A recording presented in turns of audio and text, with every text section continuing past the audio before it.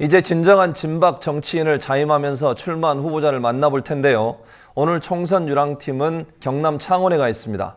김종훈 기자, 어떤 후보자와 함께 계십니까?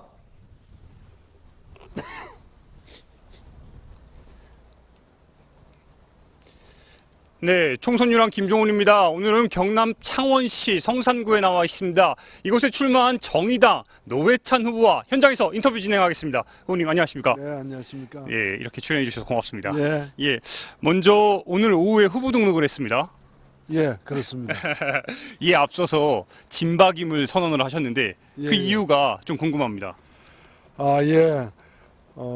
요새 진박이니 비박이니 뭐 친박이니 논란들이 많은데 저는 다른 것보다도 박근혜 대통령이 지난 대선 때 공약했지만은 지키지 않은 것 중에 훌륭한 공약들이 많다는 걸 발견하고, 예를 들면 해고 요건을 강화하겠다 뭐 이런 거죠. 그래서 이런 것들을 모아가지고 제가 이것을 박근혜 대통령이 지키지 않은 공약을 제가 국회 들어가서 지키겠다. 이것이야말로 진실한 박 아니냐. 이제 이런 뜻에서 나머지는 제가 볼 때 지금 뭐 친박이니 뭐니 하고 있는 분들은 다 뭐 천박에 가깝고요. 박근혜 대통령이 공약을 제대로 지키겠다고 나서는 사람 한 명 없는 실정 아닙니까? 좋은 공약이라면은 누가 했든 그것을 이어받는 것이 올바르다 생각해서 제가 진박 선언까지 했습니다. 앞으로 진박으로서의 제 후보님의 선전 좀 기대하겠습니다. 예, 고맙습니다. 네.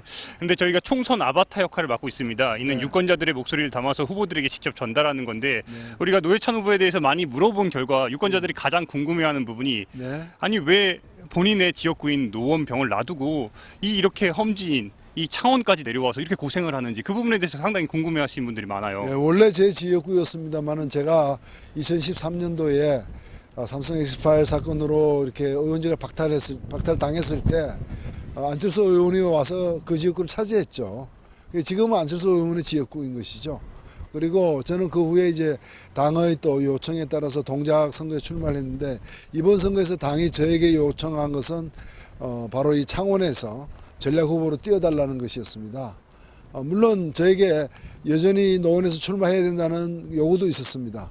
그래서 저는 그 두 개 사이에서 갈등을 했는데, 지금 그 노원 같은 경우에는 그래도 야당 의석이지 않습니까?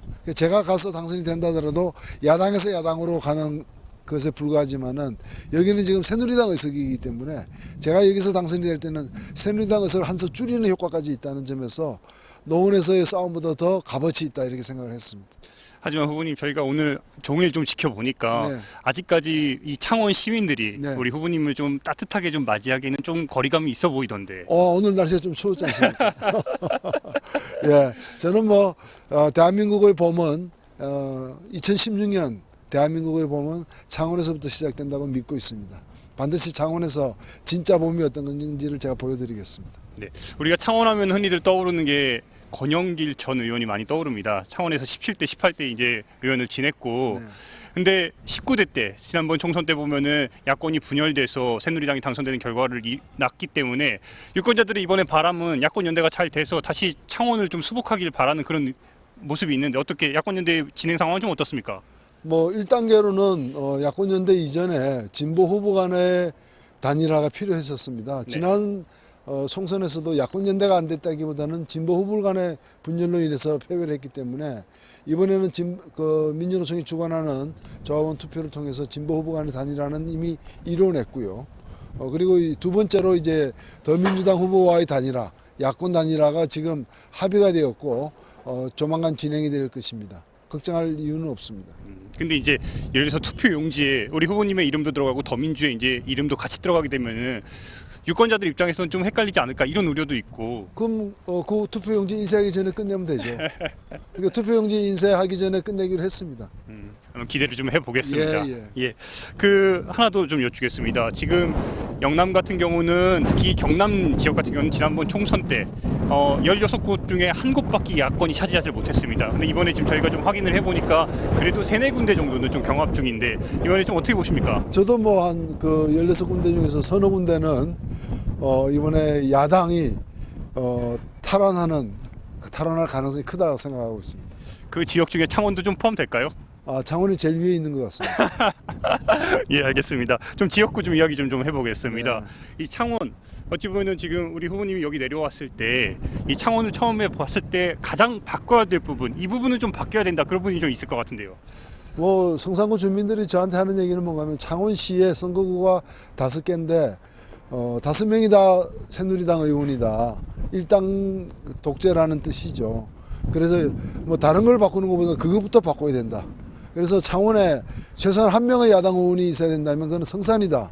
이런 얘기를 주민들로부터 직접 들은 적이 많습니다. 그래서 창원의 정치 지형을 바꾸겠다. 이것이 저희 첫 번째 공약입니다. 끝으로 한 가지만 더 여쭈겠습니다.